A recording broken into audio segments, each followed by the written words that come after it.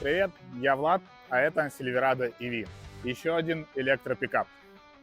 Пока на рынке высокая активность к электрическим машинам, каждый производитель пытается выпустить все больше и больше моделей, и класс пикапов не исключение.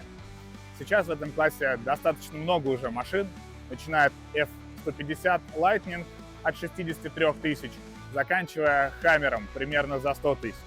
Это, конечно же, за базовую комплектацию каждая машина имеет множество комплектаций и опций, и финальная цена, естественно, будет другой.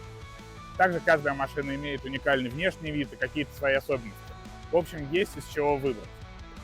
Этот Silverado построен на новой платформе Altima с 800-вольтовой архитектурой. Также на этой платформе построен электрический пикап GMC Sierra и электрический Hammer. У них много общего, в отличие от бензинового Silverado. Здесь совершенно будет другая платформа. В отличие от Ford F-150, где классический пикап и Lightning построены на одной платформе. Сейчас Silverado представлен в двух комплектациях. Первая — это VT Work Truck, более утилитарная, от 55 тысяч. К примеру, вот одна компания приобрела их себе в парк. И вторая комплектация — это RST от 96,5 тысяч. Это уже более высокая комплектация с хорошим оснащением. Здесь сейчас модная раздвоенная оптика, или, можно сказать, двухэтажная. Наверху практически единая полоса светодиодная. Это ходовые огни в центре с светящимся логотипом. И здесь с каждой стороны, слева-справа, поворотники. Головной свет находится чуть ниже. Некоторые бренды заиграли с двухэтажной оптикой, и головной свет выносят слишком низко, имитируя противотуманную фару. На мой взгляд, это менее безопасно, потому что фару можно повредить каким-то вылетающим мусором. Также, как и у многих электрических автомобилей, здесь спереди есть багажник. На мой взгляд, для пикапа это дополнительный плюс. Сюда можно класть какие-то небольшие предметы, к примеру, покупки из магазина или продукты. Ну, во-первых, их не украдут из кузова, а во-вторых, так удобнее выгружать. Здесь есть зарядка. Здесь стандартно идут кабели зарядки.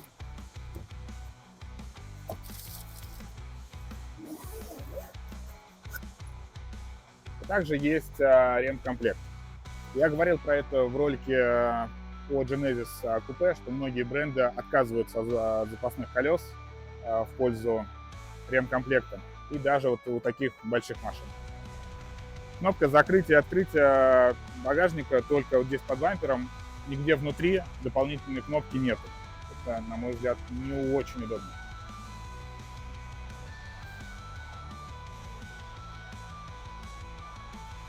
Также в этой комплектации 24-е колеса. Не знаю, как для вас, на мой взгляд, это уже перебор. Да, это красиво, но не все готовы жертвовать красотой ради внешности.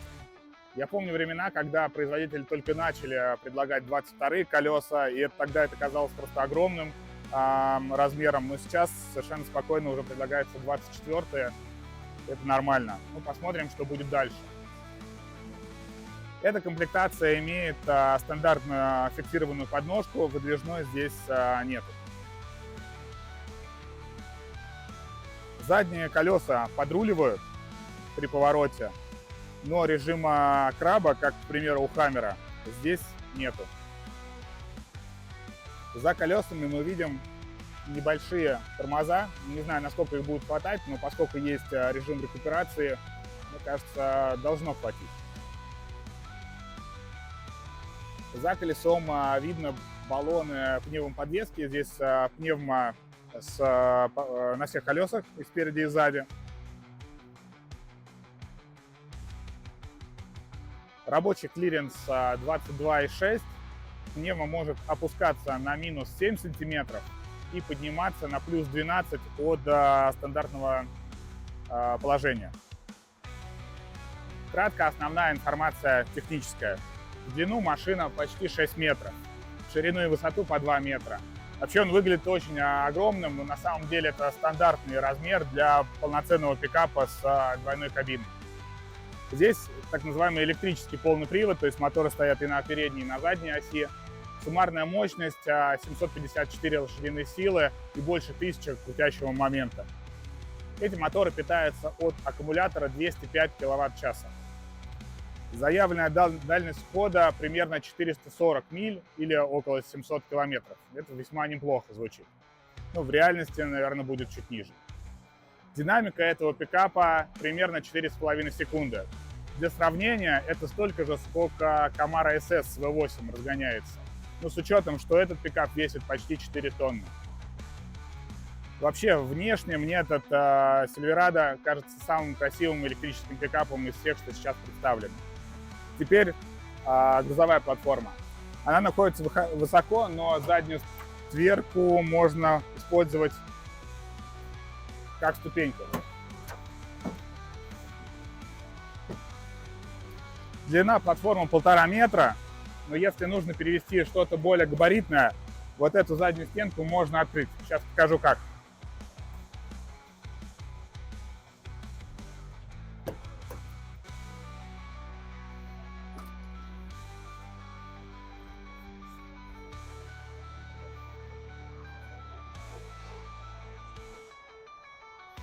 Так получается больше 3 метров. Правда, с учетом такого открытого борта. Такая схема использовалась на Chevrolet Avalanche с откидывающейся задней стенкой. Странно, что они назвали его именно Silverado, а не Avalanche. С учетом, что использован такой же дизайн этой задней парусной стойки.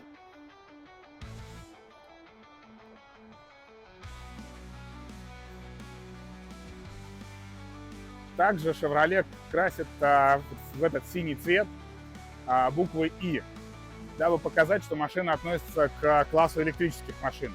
В Avalanche также она есть, и могли бы использовать именно это название, но они выбрали именно Silverado. Чуть ниже в стандартной комплектации входит фаркоп. Машина может тянуть около 4,5 тонн, 10 тысяч паундов.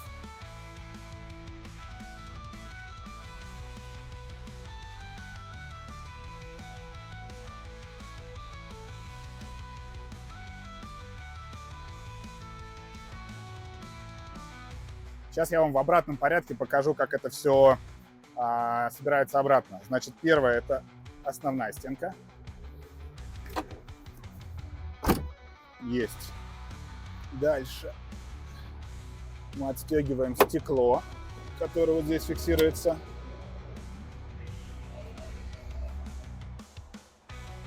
Вставляем его. Все, в принципе, рассчитано так, чтобы это можно было сделать одному. Раз.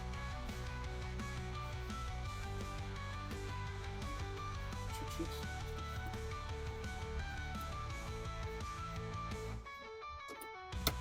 Раз. Два. Зафиксировали.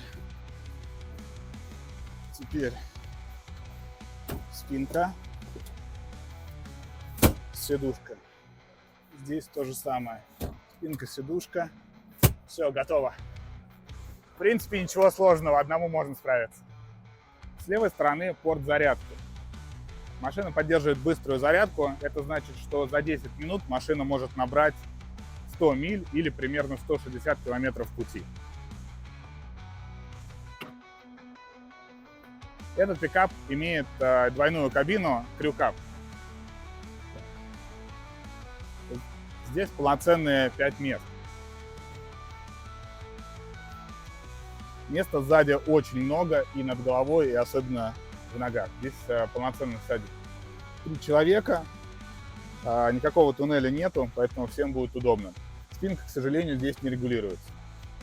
Из удобств только подстаканники, подогрев сидений и воздуховоды. Управления климатом здесь нет. Над головой огромная панорамная крыша, она никак не закрывается никакой шторкой.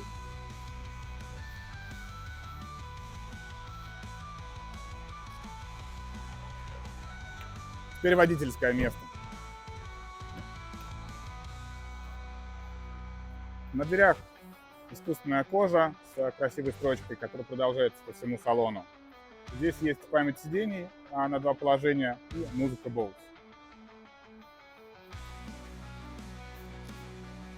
Здесь небольшая панель с управлением пневмоподвеской и включение системы слежения за полосами.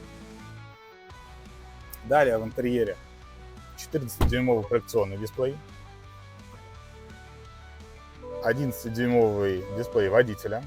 Он настраивается, на него можно вывести разную информацию, полностью Google карты и разные варианты отображения. Мне больше нравится вот такой классический. Далее 17,7-дюймовый основной дисплей мультимедиа. Мультимедиа достаточно быстрая, интуитивно понятно.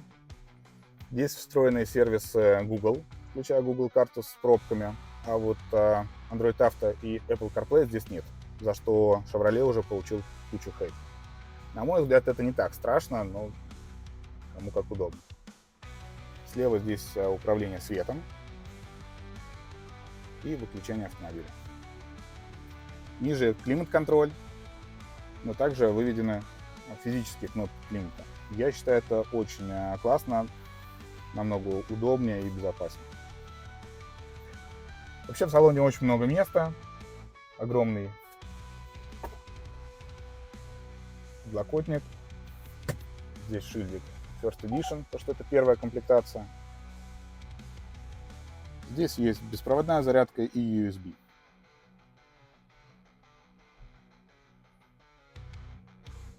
Электронное зеркало заднего вида, я имею в виду камера, которая проецирует на зеркало изображения. Также есть Super Cruise. Вот здесь черная вставка. Это значит, что можно пользоваться на шоссе адаптивным круиз-контролем и не держать руль руками. Машина сама будет ехать и перестраиваться. Единственное, нужно следить за дорогой, за водителем будет следить вот этот датчик.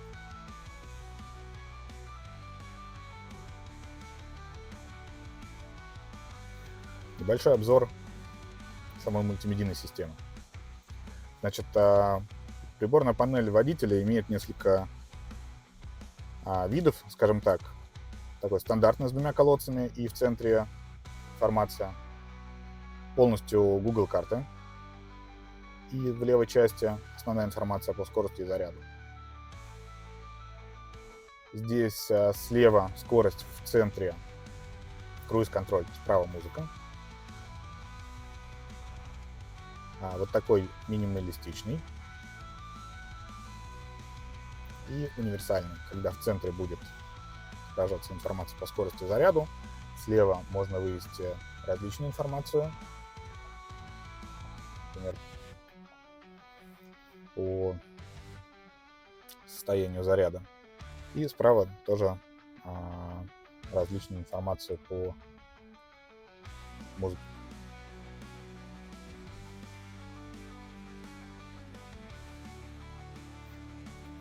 Значит, сама мультимедиа.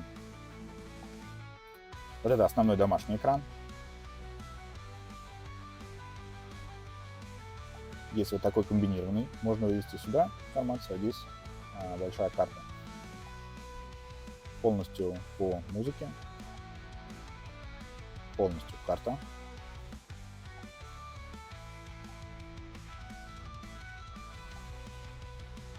Телефон.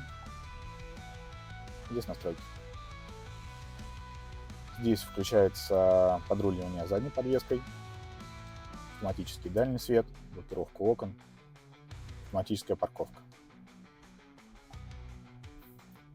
Есть режим работы.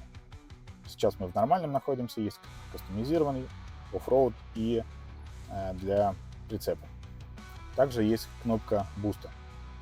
На небольшое время выделяется дополнительная мощность. С этой стороны кнопка включения режима работы машины одной педалью, когда только педаль газа отвечает за движение, и если отпускаете, машина начинает тормозить, то есть это самая рекуперация. Здесь информация по машине, по заряду.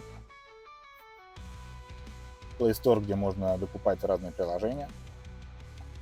Информация по зарядке.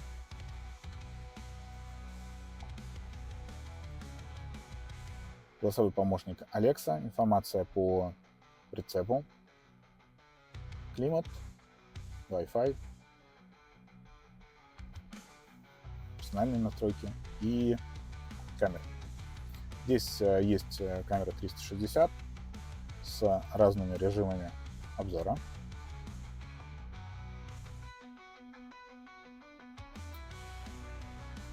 Разрешение вполне хорошее. Но нет режима птичьего полета, покрутить машину нельзя. Только меняются стороны. Здесь в этом режиме не очень.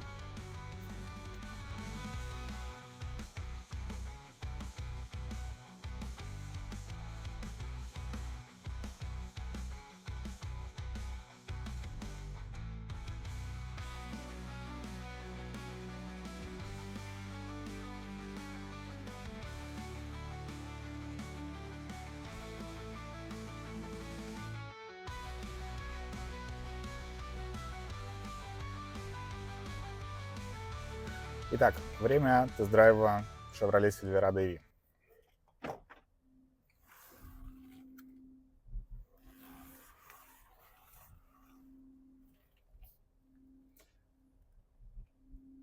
Вот этот звук на низкой скорости, он будет всегда до 20 миль в час.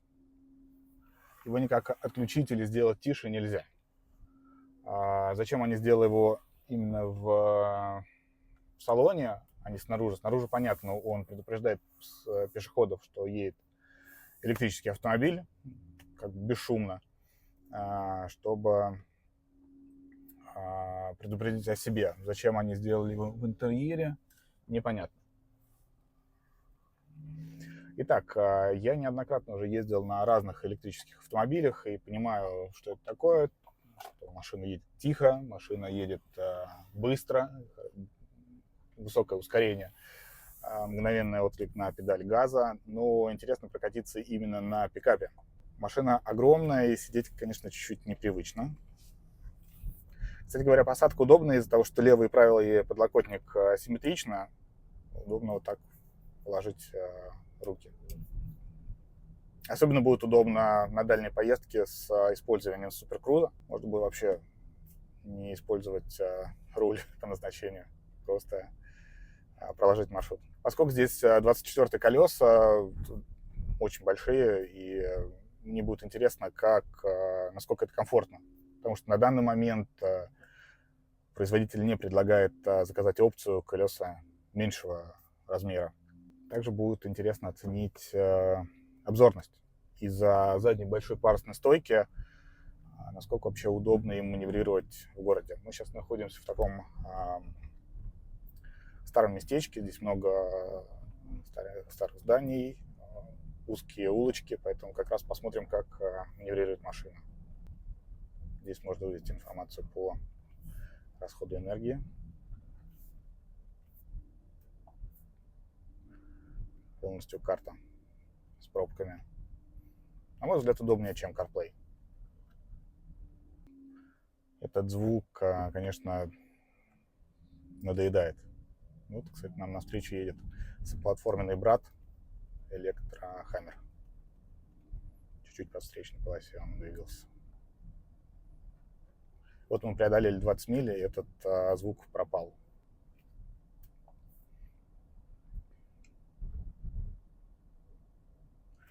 Здесь включается система управления машиной одной педалью. Когда нажимаешь на газ, на педаль газа, машина ускоряется, опускаешь, она тормозит, включается рекуперация. Мне такой режим не очень нравится. Понятно, что он больше восполняет заряд, но, на мой взгляд, непривычно. Я его отключу. Кстати говоря, вот этот звук лечится, наверное, включенной музыкой. придется ее делать погромче, чтобы избавиться от него. Это, наверное, я уже придираюсь. Вообще, я не фанат пикапов, поэтому мне сложно в полной мере оценить все плюсы или минусы этого автомобиля. Поэтому, если кто эксплуатирует пикапы, пишите в комментариях, что думаете вы, какие вы нашли преимущества конкретно в этой машине или у аналогов электрических. И вообще, нужен ли он электрический пикап. Вообще так маневрировать по узким улочкам удобно. В принципе, габариты, огромные габариты не сильно чувствуются. Машина 2 метра в ширину и в высоту. На проекции сейчас у меня отображается скорость, указание круиза, что он готов к использованию, и распознавание знаков. Если мы проложим маршрут на Google картах, то там также будут отображаться указания, куда повернуть.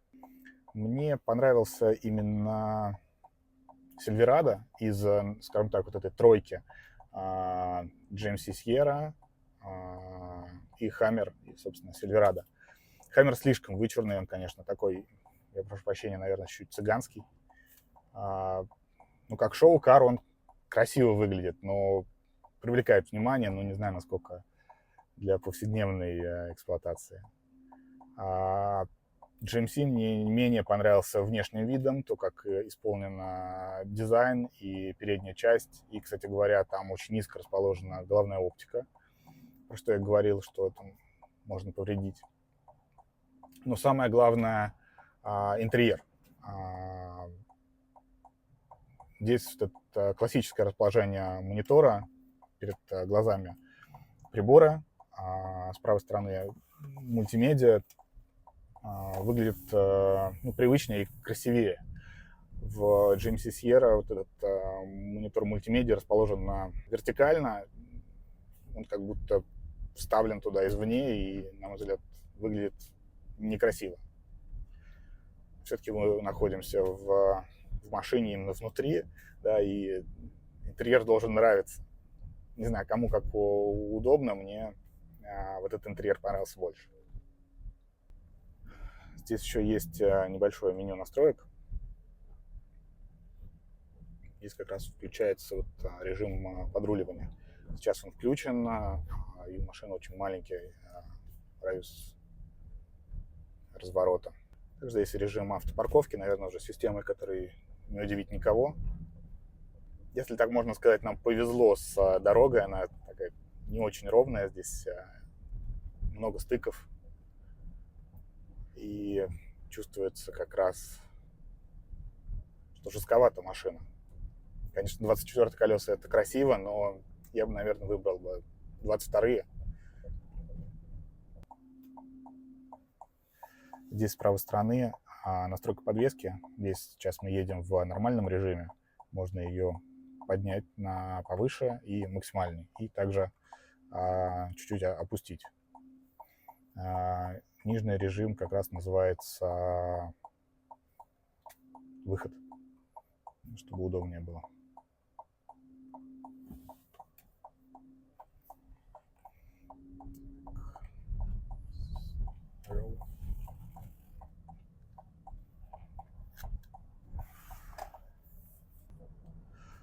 Я сейчас перестроился без включенного поворотника. У нас включена система контроля полосы. У меня завибрировал руль и правая часть подушки, которая сигнализировала то, что я ухожу с полосы.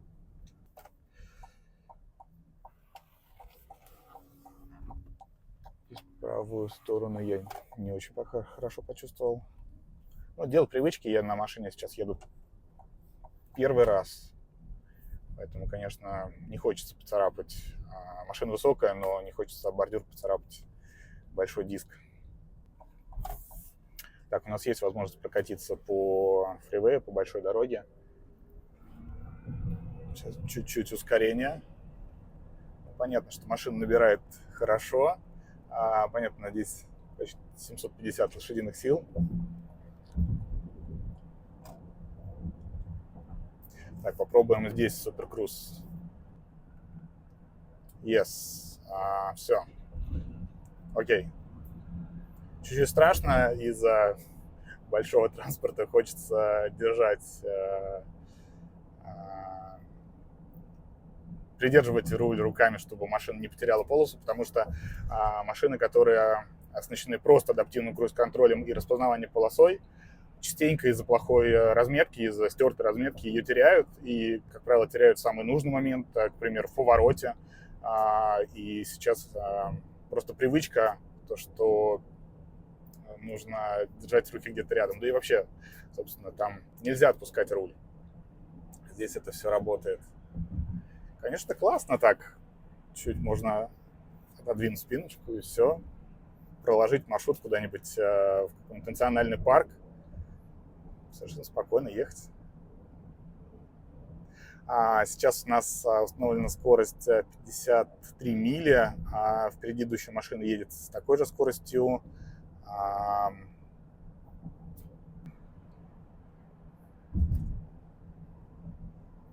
Если мы увеличим скорость до 60, сейчас я поставил 60, 70, мы при этом едем 61, и мы снижаем скорость. Я буду на всякий случай придерживать, потому что я пока не доверяю системе. Вот она как. Она предложила сама перестроиться, чтобы разогнаться до 70. Но здесь трафик, и, собственно, не получится. Ну, здорово. Страшно, но здорово. Здесь еще в настройках машины в индивидуальном режиме можно настроить рулевое, подвеску. Секундочку.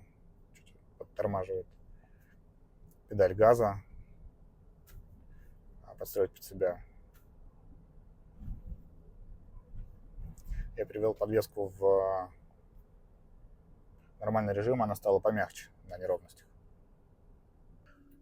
Итак, мы подъезжаем обратно к дилерскому центру. Такой получился информативный тест-драйв. Вообще я любитель зеленых технологий. Можете написать в комментариях, как вы к этому относитесь. Нужны электрички нам на рынке, или это все-таки рудимент, который отомрет через какое-то время. По итогу что могу сказать? В целом мне машина, конечно, понравилась. Купил бы я себе? Ну, наверное, скорее нет, но не потому, что он плохой, а просто потому, что мне не нужна такая большая машина, тем более пикап. Это здесь особенная любовь к таким машинам. Домохозяйка или какая-нибудь бабушка может использовать большой пикап на каждый день, хотя не будет ни в кузове что-то перевозить. Насчет электрической версии, ну и тем более в сравнении с большим спектром выбора, что сейчас есть, мне он понравился. Мне он понравился в первую очередь, мне понравился его дизайн, как и экстерьера, так и интерьера, в отличие от других машин. Напиши в комментариях, что думаешь ты, насколько он тебе понравился, насколько вообще жизнеспособные электрические пикапы.